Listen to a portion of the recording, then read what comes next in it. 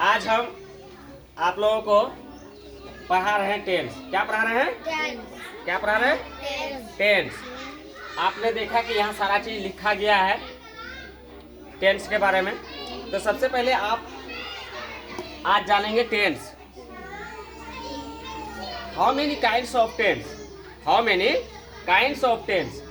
Tense कितने प्रकार के होते हैं? टेंस कितने प्रकार के होते हैं आपको बताया गया है। There are 3 kinds of tense. Tense कितने प्रकार के होते हैं? 3 प्रकार के होते हैं। कौन कौन होते हैं? प्रेजेंट टेंस और पास्ट टेंस और future tense. Present tense, past tense और फ्यूचर टेंस। और हर टेंस का 4 फॉर्म होता है। कितना फॉर्म होता है? 4 फॉर्म होता है। जिस तरह प्रेजेंट टेंस है उनका 4 फॉर्म है। कौन कौन? Simple present, present continuous, little past, past present progressive. ठीक है। टेंस का 3 रूप होता है, प्रेजेंट टेंस, पास्ट टेंस और फ्यूचर टेंस। और हर टेंस का 4 फॉर्म होता है। जिस तरह प्रेजेंट टेंस का 4 फॉर्म कौन कौन है? Simple present, present continuous, little past और पास्ट प्रेजेंट प्रोग्रेसिव। ओके। तो आपको यहाँ पे देखना है कि आपने टेंस के बारे में जान लिया कि 3 टेंस होता है, present tense, past tense, future tense. और हर टेंस का 4 फॉर्म होता है। तो सबके बारे में भी नहीं पढ़ेंगे, प्रेजेंट टेंस के बारे में भी पढ़ेंगे। प्रेजेंट टेंस का 4 फॉर्म कौन कौन है? Simple present, present continuous, little past, past present progressive. अब जिस तरह प्रेजेंट टेंस पहले नंबर पे था, प्रेजेंट टेंस के बारे में पढ़े, उसी तरह प्रेजेंट टेंस का पहला फॉर्म है सिंपल प्रेजेंट। पहला फॉर्म कौन है? Simple present. तो हम लोग सिंपल प्रेजेंट के बारे में पढ़ेंगे। अब सिंपल प्रेजेंट आपको यहाँ लिख दिया गया है, उसका डिफिनेशन लिखा गया है। बच्चों आपको पता है डिफिनेशन? डिफिनेशन का हिंदी होता है परिभाषा। क्या होता है? परिभाषा। परिभाषा, परिभाषा का अर्थ क्या होता है? बाहरी ज्ञान, बाहरी भाषा। किसी भी चीज को परिभाषित करते हैं तो हम बाहरी ज्ञान देते हैं ताकि आपको समझ में आ जाए। बाहरी भाषा का यूज करते हैं। डिफिनेशन में क्या है? The simple present tense which is used to indicate an action in completed simple in the present. The simple present tense which is used to indicate an action in completed simple in the present. Simple present tense क्या कह रहा है? उसका definition क्या कहता है कि simple present में कोई भी काम पूरा नहीं होता है। कोई भी काम पूरा नहीं होता है। कोई भी काम क्या होता है? आधा अधूरा होता है। इनकम्प्लीट मतलब आधा अधूरा। एक गाना सुने तुम लोग? सुने हो? मिलन अभी आधा अधूरा है, मिलन अभी आधा अधूरा है। वही कहानी है इसका। सिंपल प्रेजेंट में कोई भी काम पूरा नहीं होता है। क्या रहता है? अधूरा रहता है। उसके बारे में आगे पढ़ेंगे हम लोग। नेक्स्ट लिखा है आपको सेंस। सेंस घर में तुम लोग बोलते हो, कोई जाहिल आदमी भी आके बोल देता तुमको सेंस। तुमको सेंस नहीं है रे? एक पैसा सेंस नहीं। सेंस मतलब होता है दिमाग। क्या होता है? दिमाग। सेंस का मतलब क्या होता है? दिमाग। तो जिस हिंदी सेंटेंस के अंत में गागेगी लगा हो, जिस हिंदी सेंटेंस के अंत में गागेगी लगा हो, लेकिन प्लान, प्रोग्राम और निश्चित समय हो, तो सिंपल प्रेजेंट में बनाना है। कहाँ बनाना है आपको? सिंपल प्रेजेंट में बनाना है। ओके। अब मान लो कि गागेगी बनता है ट्रांसलेशन कहाँ? फ्यूचर टेंस में।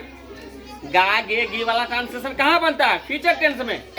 बट आपको यहाँ बनाने के लिए उसका कंडीशन है कि गागेगी अंत में होगा, लेकिन उनसे पहले प्लान, प्रोग्राम और निश्चित समय होगा, तो ही सिंपल प्रेजेंट में बनाना है। अगर नहीं है ये तीनों चीज, सिर्फ गागेगी है, तो वो फ्यूचर टेंस में बनेगा। ओके। अब आगे हमने लिखा क्या? सिंबल। सिंबल का मतलब होता है पहचान। सिंबल का मतलब क्या होता है? पहचान। तो हमारा पहचान क्या है? हम एक टीचर हैं। तुम्हारा पहचान क्या है? तुम एक विद्यार्थी हो। तो उसी तरह सिंपल प्रेजेंट टेंस में अगर ये ट्रांसलेशन बनेगा, उनका पहचान क्या है? जिस हिंदी सेंटेंस के अंत में ता है, जिस हिंदी सेंटेंस में ता है, ते है, ती है, ता हूँ, ते हूँ, ती हूँ इत्यादि लगा हो, जिस भी हिंदी सेंटेंस के अंत में ता है, ते है, ती है इत्यादि लगा हो, वो सिंपल प्रेजेंट में बनेगा। अब आइए, ये दोनों चीज लिखाने की जरूरत क्यों पड़ा? सिंबल और सेंस का जरूरत क्यों पड़ा? क्योंकि कुछ जगह क्या होता है, आपको सिंबल खोजते हैं, अंत में ता है, ते है, ती है क्या? नहीं मिलता है। और ट्रांसलेशन आप दूसरे टेंस में बना देते हैं, वो ट्रांसलेशन क्या होता है आपका? गलत हो जाता है। तो सेंस खोजना। यदि सिंबल हमको नहीं मिला तो सेंस में खोजेंगे। यदि सेंस में मिल गया तो उसके सेंस के अनुसार बना देंगे। अगर नहीं मिला तो फिर जहां मिल रहा है वहां बनाएंगे। अब आता है स्ट्रक्चर। स्ट्रक्चर का जो मीनिंग है क्या है, संरचना, जिसको मैथ जैसे बनाते हैं, मैथ में फॉर्मूला की जरूरत पड़ती है, उसी तरह इंग्लिश ट्रांसलेशन बनाने के लिए फॉर्मूले की जरूरत पड़ती है, जिसका कि नाम है स्ट्रक्चर। तो सिंपल प्रेजेंट का स्ट्रक्चर क्या है, subject plus verb 1 verb 5 plus object plus extension. क्या है, subject plus verb 1 by verb 5 plus object plus extension. अब यहाँ देखने वाली बात ये है कि सब्जेक्ट कौन है, वर्ब कौन है, ऑब्जेक्ट कौन है और एक्सटेंशन कौन है। आगे मैं आपको दिखाता हूँ, आगे मैं आपको यहाँ पे दिखाता हूँ कि यहाँ पे है कौन।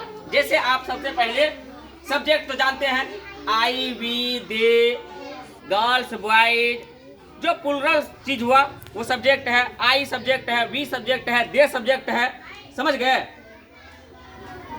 वर्ब, वर्ब का पहचान कैसे होगा, वर्ब कैसे पहचानेंगे, ये वर्ब है, स्कूल वर्ब है कि कोचिंग वर्ब है कि साइकिल वर्ब है कि गाड़ी वर्ब है कि दौड़ना वर्ब है, आपको दिक्कत होगा।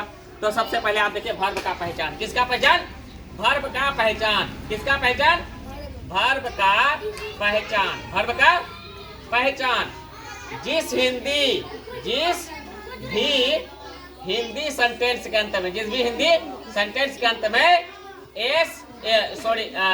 ना लगा हो, क्या लगा हो, ना लगा हो, ना लगा हो, नो आकार ना, नो आकार ना लगा हो, वो क्या है, वर्ब है। जैसे आना, लास्ट में क्या आया ना, खाना, लास्ट में क्या आया ना, आना जाना खाना पीना उठना बैठना रोना धोना सोना, सबके लास्ट में क्या आया, ना आया ना, तो समझ जाओ कि ये वर्ब है। समझ जाओ क्या ये है, वर्ब है।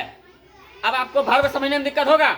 जैसे दौड़, लड़का दौड़ता है, लड़का दौड़ता, तो दौड़ता से किसी का बोध हो रहा, दौड़ना का बोध हो रहा, आप समझ जाएंगे कि दौड़ना क्या है, वर्ब है। लड़के खेलते हैं, खेलता से कौन का बोध होगा, खेलना का बोध होगा, समझ जाएंगे आप वर्ब है ना। मैं घर जाता हूं, सपोज डेट, तो जाता हूं से किसका बोध हो रहा है, जाना का बोध हो रहा है, तो आप समझ जाएंगे कि जाता हूं क्या है, ये वर्ब है, यानी जाना वर्ब है, गो यानी वर्ब है। आप समझ गए, जिस भी हिंदी सेंटेंस के अंत में ना लगा हो वो वर्ब है। अब आइए एक चीज लिखा है कि वर्ब 1 और वर्ब 5। आप लोग वर्ब 1 तो जानते हैं कि जैसे गो कम रन फास्ट, ये वो वर्ब हो गया, वर्ब 1 है। लेकिन वर्ब 5 आप तो फंसेंगे, वर्ब 5 क्या है, व्हाट इज वर्ब 5। तो वर्ब 5 जानिए क्या है, वर्ब 5, वर्ब 5 किसी भी वर्ब के अंत में, किसी भी वर्ब के अंत में एस या ईएस, एस या ईएस, किसी भी वर्ब के अंत में एस या ईएस जोड़ने पर वो वर्ब 5 बनता है। जैसे देख लो, आपका यहाँ पे कम है, क्या है, कम, इसके लास्ट में यहाँ पे COME, कम तो ऑलरेडी है ही, यहाँ भी कम लीजिए, सिर्फ एस लगा दो, क्या हो गया ये वर्ब 5, कम से हो गया। अब ये जैसे गो है, GO गो, इसमें ES जुड़ेगा, ES जोड़ दिए थी, क्या हो गया, वर्ब 5 हो गया, क्या हो गया, वर्ब 5। किसी भी वर्ब के अंत में S या ES जोड़ेंगे तो क्या हो जाएगा, वर्ब 5 हो जाएगा, क्या हो जाएगा, वर्ब 5 हो जाएगा। तो आप लोगों को आज का टास्क बस इतना है, फिर आपको अगले क्लास में आपको इसका डीपली नॉलेज दिया जाएगा। आपको इतना चीज जो लिखाया गया, ये पढ़ाया गया, ये आपको क्लियर करके आना है कि ये टेंस के बारे में इतना। और tense is a very important है इंग्लिश सीखने के लिए, इंग्लिश ट्रांसलेशन बनाने के लिए। बिना टेंस का आपका कुछ भी नहीं होगा, इंग्लिश सुधरेगा ही नहीं, ट्रांसलेशन सुधरेगा ही नहीं, ना तो आप बोल पाएंगे ढंग से, ना तो सही से बोल पाएंगे, ठीक है। इंग्लिश सीखने का सपना ही रह जाएगा आपका, यदि आपका टेंस अच्छा नहीं होगा। Without tense preparing you can't talk in English, आप इंग्लिश में बोल ही नहीं पाएंगे, ठीक है बच्चों। तो मैं चाहता हूं कि आप लोग बहुत ज़्यादा मेहनत कीजिए, हार्ड वर्क कीजिए, ठीक है, ताकि आपका इंग्लिश सुधर जाए, ठीक है बच्चों। मिलते हैं अगले क्लास में, थैंक यू।